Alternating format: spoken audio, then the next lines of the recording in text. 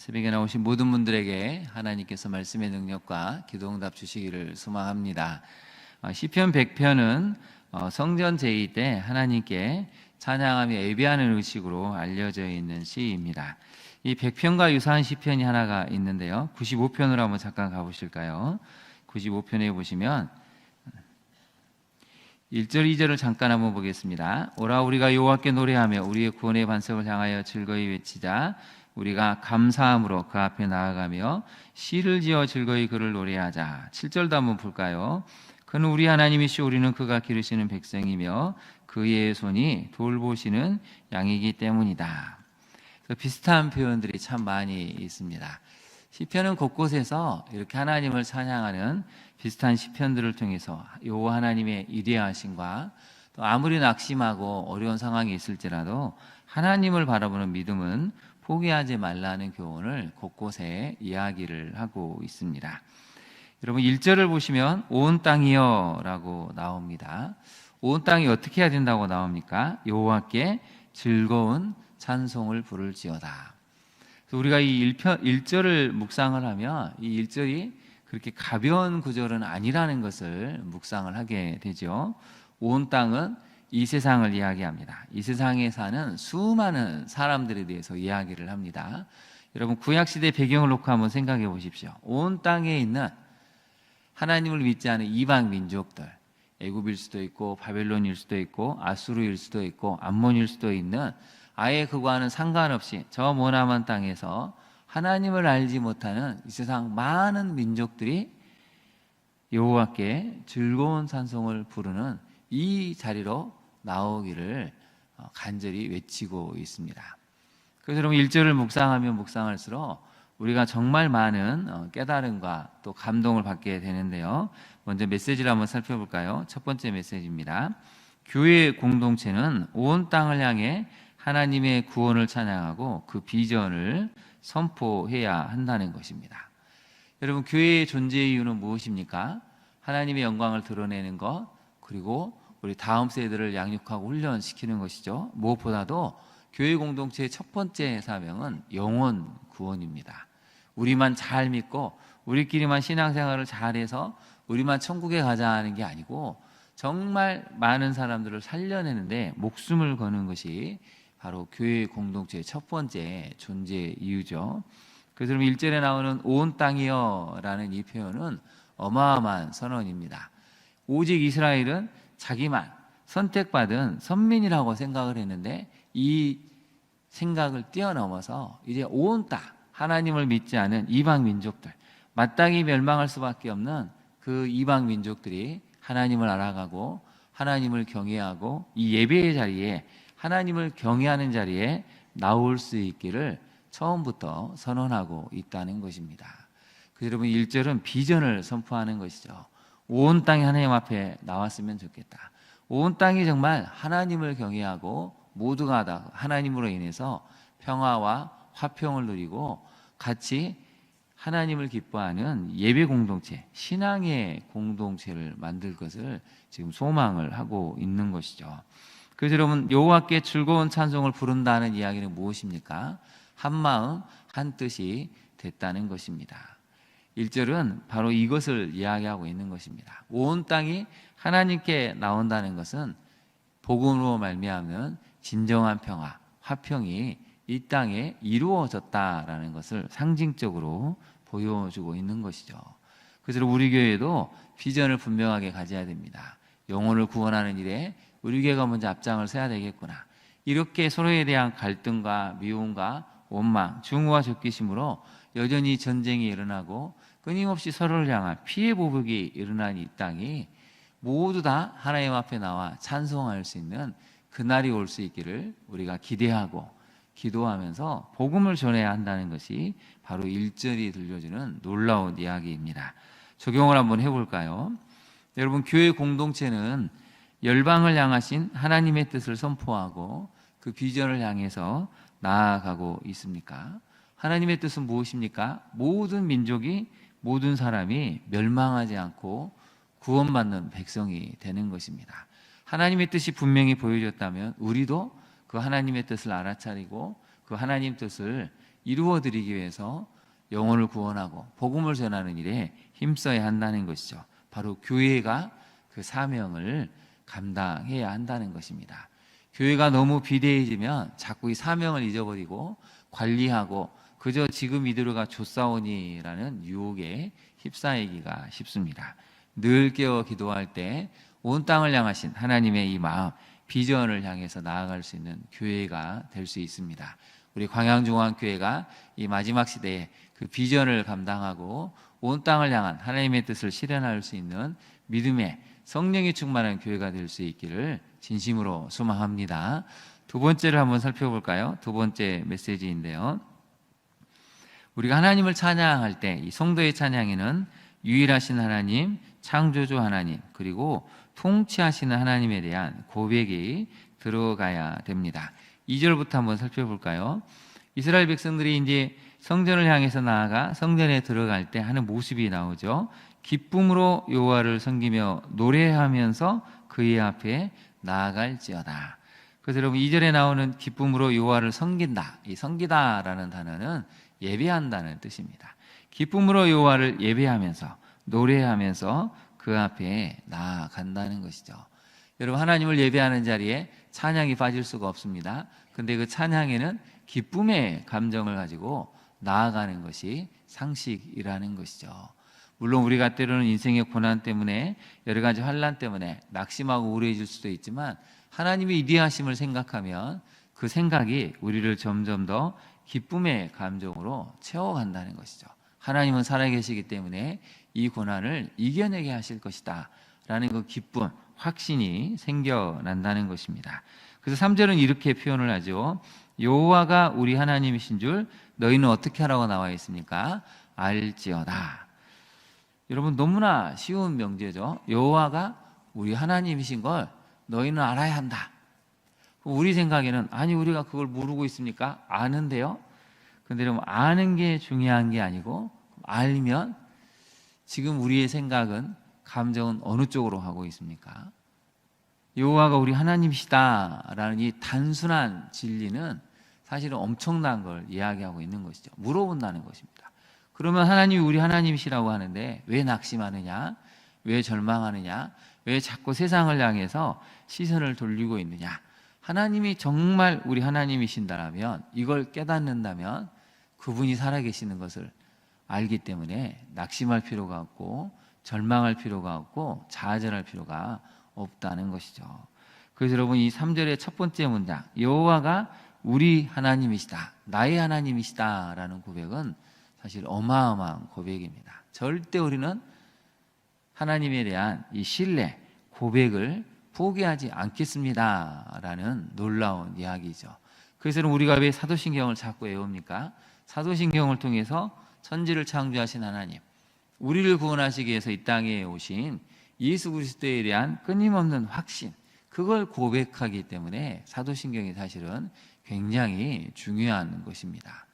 여러분 오늘 하루 살아가시면서 여호와가 우리 하나님이신 줄 너희는 알지어다, 이 고백, 하나님은 나의 하나님이시다라는 이 고백을 자주 들으시기를 바랍니다. 왜 그런지 뒤에 나오죠. 이유를 한번 살펴볼까요? 그는 우리를 지으신 이고 우리는 그의 것이죠. 그래서 그의 백성이고 그가 기르시는 양이라고 알려주고 있습니다. 하나님이 나의 하나님이시 되시면 그분은 우리의 아버지가 되시고 또 우리는 그분의 백성이고 양이 된다는 것을 알려주고 있는 것이죠. 여러분 거기 다음 밑줄을 그어보실까요? 그는 우리를 지으시니 우리는 그의 것이고 그리고 그의 백성, 그의 기르시는 양이다. 이것이 정확하게 하나님과 우리의 관계를 표현하고 있습니다. 하나님이 우리를 지으셨는데 우리를 외면하시겠습니까? 하나님이 우리를 창조하셨는데 창조하신 하나님이 피조물인 우리에 대해서 관심이 없으시겠습니까? 목자이신 하나님이신데 양떼를 어디로 인도해야 될지 고민하지 않으시고 때를 따라 철을 따라 꼴을 먹이고 물가로 인도하지 않으시겠습니까? 그래서 여러분 신앙을 자주 고백해야 되는 이유는 여기에 있습니다. 하나님이 누구신지를 고백하고 그분에 대한 믿음을 고백하면 고백할수록 그분이 갖고 있는 속성들이 우리 인생에 점점 더 나타나고 실현된다는 것이죠. 그래서 이 찬양에는 유일하신 하나님, 창조주 하나님, 통치하시는 하나님에 대한 고백을 해야 한다고 오늘 성경은 알려주고 있습니다. 여러분 적용을 한번 해볼까요? 하나님의 속성을 알아갈수록 우리의 찬양과 기도도 하나님을 드러내는 방향으로 여러분 바뀌고 있습니까? 하나님을 알아가면 알아갈수록 우리의 찬양이, 우리의 믿음이 점점 더 그 고백을 담아낼 수 있는 방향으로 바뀐다는 것입니다. 그래서 여러분 자주 창조주 하나님을 묵상하시고 우리를 위해서 십자가를 지신 예수 그리스도를 묵상하십시오. 그럴 때 우리의 기도의 차원이 바뀌게 되고 어떤 어려움이 있을지라도 우리는 낙심하지 않을 힘을 갖게 되는 것입니다. 마지막 세 번째 메시지를 한번 살펴볼까요? 같이 한번 읽어보겠습니다. 시작. 하나님께서 갖고 계시는 선하심과 인자하심, 성실하심을 대대로 찬양하고 선포하는 것이 교회와 성도가 해야 할 거룩한 의무입니다. 아멘. 5절을 한번 보실까요? 5절에 하나님의 세 가지가 드러나죠. 같이 한번 다시 읽어보겠습니다. 시작. 여호와는 선하시니 그의 인자하심이 영원하고 그의 성실하심이 대대에 이르리로다. 아멘. 하나님의 선하심, 하나님의 인자하심, 그분의 성실하심은 어디까지 이른다고요? 대대에 이른다는 것입니다. 우리를 위해서 긍휼을 베푸시는 그 하나님, 우리를 위해서 선과 악을 분명히 분별하시고 심판해 주시는 하나님, 우리를 위해서 끊임없이 그분의 신실하심을 끝까지 지켜주시는 그 하나님의 속성은 잠깐 있다 없어지는 것이 아니고 어쩌다 한번 있는 것이 아니고 대대에 이르도록 그분의 속성은, 그분의 이런 선하심, 인자하심, 성실하심은 대대에 이른다는 것입니다. 그래서 여러분 우리가 왜 말씀을 알아야 되냐면 낙심하고 절망할 때마다 이 기도를 가지고, 이 구조를 가지고 기도할 수 있기 때문입니다. 하나님의 인자하심과 선하심과 성실하심은 대대에 미친다고 했는데 왜 우리 인생에는 하나님 나타나지 않습니까? 이 구조를 가지고 하나님께 하소연하고 기도할 때 하나님은 또한 우리를 기억하시고 그분의 선하심을 드러내신다는 것이죠. 말씀을 알아갈수록 우리 기도의 차원이 넓혀지고 우리의 기도는 깊은 경지를 갖게 됩니다. 여러분 한번 적용을 한번 해볼까요? 교회와 성도는 이런 하나님의 거룩하신 속성을 진심으로 가르치고 찬양을 하고 있습니까? 그래서 여러분 우리가 다음 세대를 말씀으로 잘 가르쳐야 될 이유가 여기에 있습니다. 사춘기 아이들은 하나님이 계시는지 계시지 않은지 고민을 많이 합니다. 창조론과 진화론 속에서 혼동을 많이 겪습니다. 우리 청년들은 세상에 나가서 살다 보면 믿음을 지키는 것이 무엇인가에 대해서 굉장히 고민을 많이 합니다. 불이익이 많고 차별이 많고 믿음을 지킬수록 견뎌내야 될 삶의 환경이 너무 무겁기 때문이죠. 그런데 오늘의 이 본문을 가지고 우리가 말씀을 가르치면 우리 청년들이 힘을 얻게 되고 우리 청소년들이 창조주 하나님에 대한 확신을 가질 수 있는 힘을 갖게 된다는 것입니다.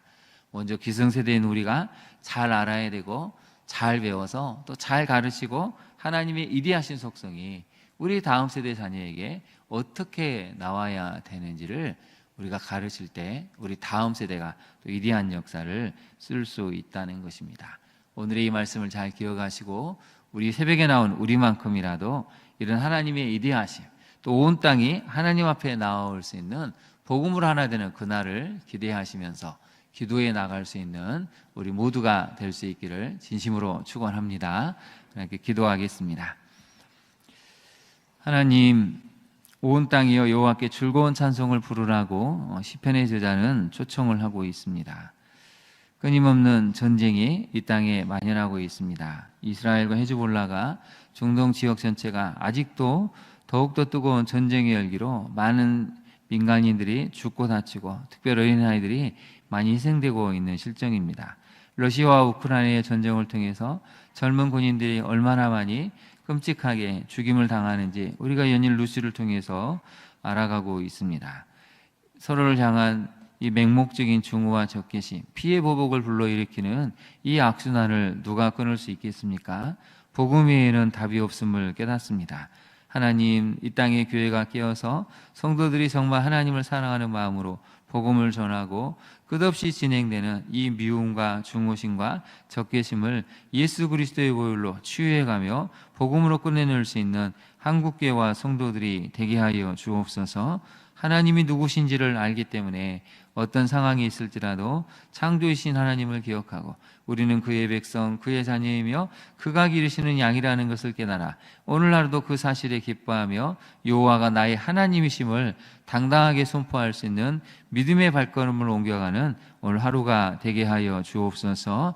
우리의 믿음이 부끄러워지지 않기를 원합니다. 우리의 믿음이 우리 다음 세대인 자녀를 더욱더 믿음으로 든든하게 세워서 그들이 어떤 세상의 유혹과 회의에도 협박에도 굴하지 않고 믿음을 지켜낼 수 있는 다음 세대를 양육해 갈 수 있는 우리 모두가 되게 하옵소서. 예수님 이름으로 기도합니다. 아멘. 하늘에 계신 우리 아버지, 아버지의 이름을 거룩하게 하시며 아버지의 나라가 오게 하시며 아버지의 뜻이 하늘에서와 같이 땅에서도 이루어지게 하소서. 오늘 우리에게 일용할 양식을 주시고 우리가 우리에게 잘못한 사람을 용서하여 준 것 같이 우리 죄를 용서하여 주시고 우리를 시험에 빠지지 않게 하시고 악에서 구하소서. 나라와 권능과 영광이 영원히 아버지의 것입니다. 아멘.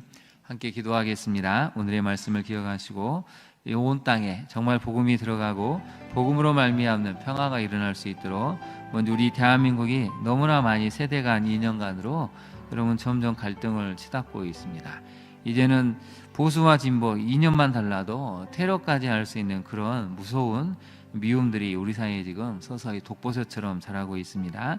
교회가 해야 될 일이 많습니다. 복음으로 말미암아 계층이 다를지라도 또 이념이 다를지라도 또 지역 감정이 있을지라도 그것을 치유해가며 복음으로 말미암는 하나 되는 대한민국을 만들어갈 수 있도록 또 전 세계의 전쟁이 점점 더 확산되고 있는데 속히 전쟁이 그치는 복음으로 말미암는 통일이 하나가 됨이 일어날 수 있도록 기도해야 되겠습니다. 우리 다음 세대를 위해서 여러분 기도해 주시고 믿음으로 잘 자랄 수 있는 우리 다음 세대가 되기를 간절히 간구해야겠습니다. 이번 주부터 많은 사역이 시작됩니다. 이 사역을 통해서 우리 성도들이 먼저 건강해지고 우리 자신이 그리스도의 장성한 분량까지 자랄 수 있도록 교회가 더욱더 많은 일꾼들을 길러내어 하나님이 원하시는 사명을 감당해가는 일꾼들을 세워줄 수 있게 해달라고 우리 주여 한번 외친 다음에 간절히 기도하겠습니다. 주여